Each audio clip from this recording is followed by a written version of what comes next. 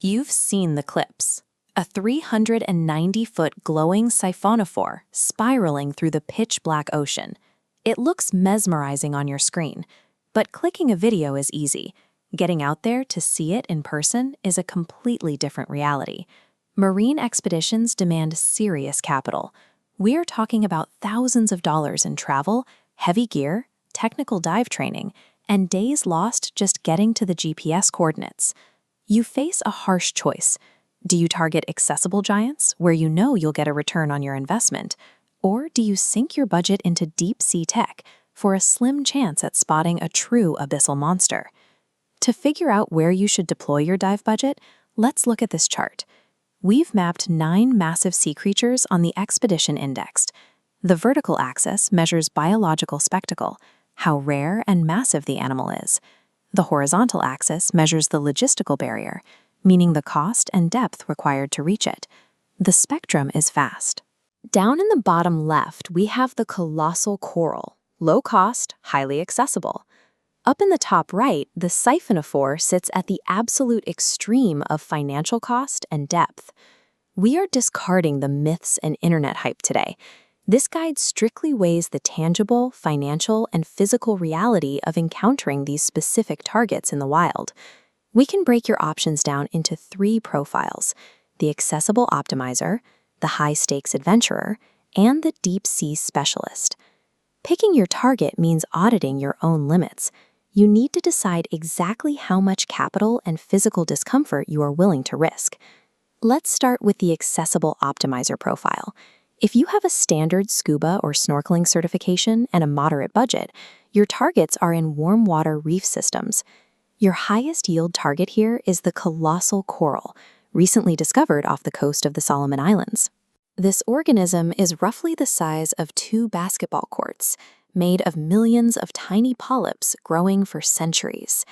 You get monumental scale with virtually 0 specialized deep water gear. If you want something that actually swims, look to the shipwrecks off Florida for the Goliath grouper. These reef dwellers look like underwater tanks. Reaching 8 feet long and weighing 800 pounds, they offer a Titan-class encounter right in the shallows. You can also stay near the surface to find the ocean sunfish, a 5,000-pound, 10-foot-long gentle giant that drifts in warm waters globally. The trade-off for this convenience is traffic.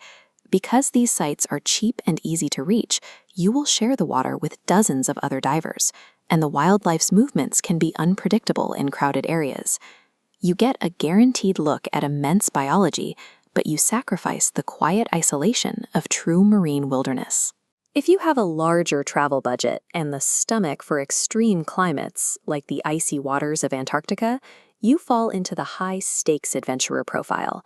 Your prime target is the blue whale. Reaching up to 100 feet long and weighing 280,000 pounds, it sits at the absolute physical limit of how large an animal can get.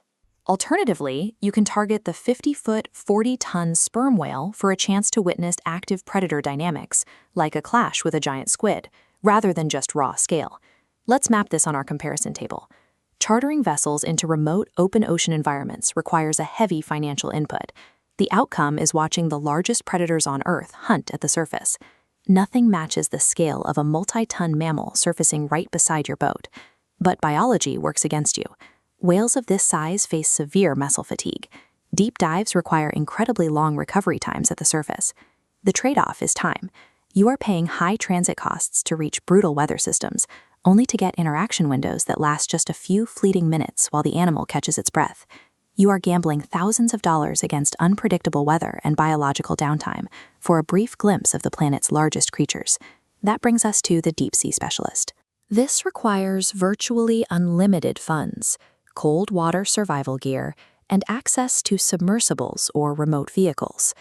Survival at 6,000 feet depends on heavy industrial engineering, using submersibles designed to withstand the crushing pressure of the deep.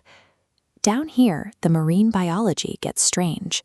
You are looking for things like the 600-pound Giant Pacific Octopus, or that 390-foot cloning Siphonophore operating as a coordinated colony. You might also hunt for a Greenland shark that has been swimming in the dark for 250 years, or the elusive giant phantom jelly drifting silently with 30-foot ribbon-like arms. The financial barrier to entry is astronomical, and even if you secure the tech, you are experiencing the ocean entirely through a monitor or a few inches of thick acrylic glass. You also face the very real probability of lowering a multi-million-dollar machine into pitch-black water and seeing absolutely nothing. Targeting abyssal creatures is a high-risk, low-yield scientific endeavor, reserved for explorers with the capital to weather a total loss. A successful marine exploration requires exactly matching your biological ambition to your logistical reality. Let's look at a decision flowchart to figure out where your budget belongs.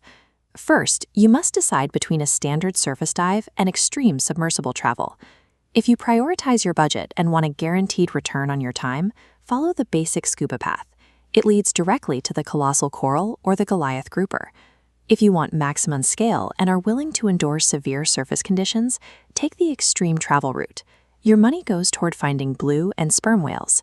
If you possess extreme capital and want to see the alien mechanics of the deep, follow the submersible path to track down the Siphonophore or the giant phantom jelly. Nature documentaries make this look frictionless.